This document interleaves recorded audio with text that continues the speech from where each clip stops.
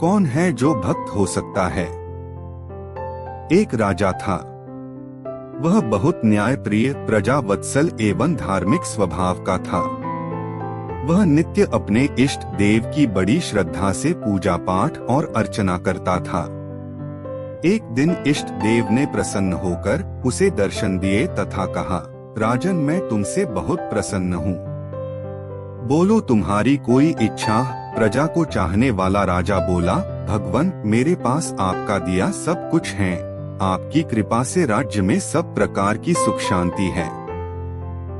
फिर भी मेरी एक ही इच्छा है कि जैसे आपने मुझे दर्शन देकर धन्य किया, वैसे ही मेरी सारी प्रजा को भी कृपा कर दर्शन दीजिए। यह तो संभव नहीं है, ऐसा कहते हुए भगवान ने राजा को समझाया। परंतु प्रजा को चाहने वाला राजा भगवान से जिद करने लगा। आखिर भगवान को अपने साधक के सामने झुकना पड़ा और वे बोले, ठीक है, कल अपनी सारी प्रजा को उस पहाड़ी के पास ले आना और मैं पहाड़ी के ऊपर से सभी को दर्शन दूंगा। ये सुनकर राजा अत्यंत प्रसन्न हुआ और भगवान को धन्यवाद दिया। अगले दिन सारे नगर में ढिंढोरा पिटवा दिया गया कि कल सभी पहाड़ के नीचे मेरे साथ पहुँचे, वहाँ भगवान आप सबको दर्शन देंगे। दूसरे दिन राजा अपने समस्त प्रजा और स्वजनों को साथ लेकर पहाड़ी की ओर चलने लगा। चलते चलते सबने रास्ते में एक स्थान पर तांबे के सिक्कों का पहाड़ देखा। प्रजा में से कुछ एक लोग उस ओर भागने लगे। तभी ज्ञानी राजा ने सबको सतर्क किया कि कोई उस ओर ध्यान न दे, क्योंकि तुम सब भगवान से मिलने जा रहे हो। इन तांबे के सिक्कों के पीछे अपने भाग्य को लात मत मारो।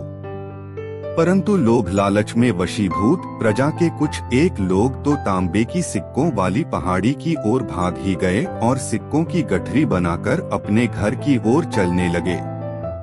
वे मन ही मन सोच रहे थे, पहले इन सिक्कों को समेट लें, भगवान से तो फिर कभी मिल ही लेंगे। राजा खिन्न मन से आगे बढ़े। कुछ दूर चलने पर चांदी के सिक्कों का चमचमाता हुआ पहाड़ दिखाई दिया। इस बार भी बचे हुए प्रजा में से कुछ लोग उस ओर भागने लगे और चांदी के सिक्कों को गठरी बनाकर अपनी घर की ओर चलने लगे। उनके मन में विचार चल रहा था कि ऐसा मौका बार बार नहीं मिलता है।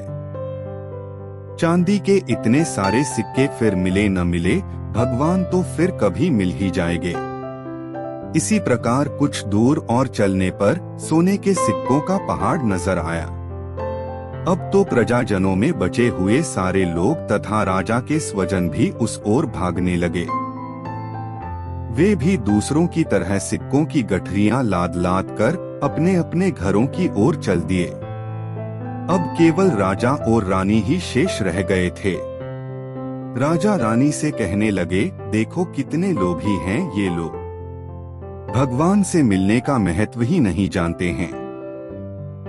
भगवान के सामने सारी दुनिया की दौलत क्या चीज है।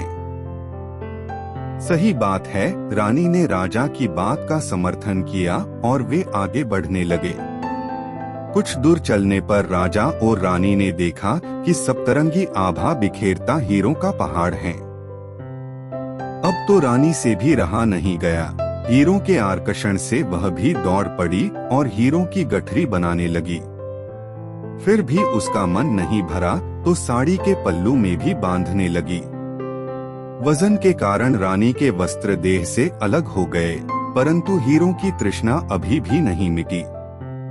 यह देख राजा को अत्यंत ही ग्लानि और विरक्ति हुई। बड़े दुखद मन से राजा अकेले ही आगे बढ़ते गए। वहाँ सचमुच भगवान खड़े उसका इंतजार कर रहे थे।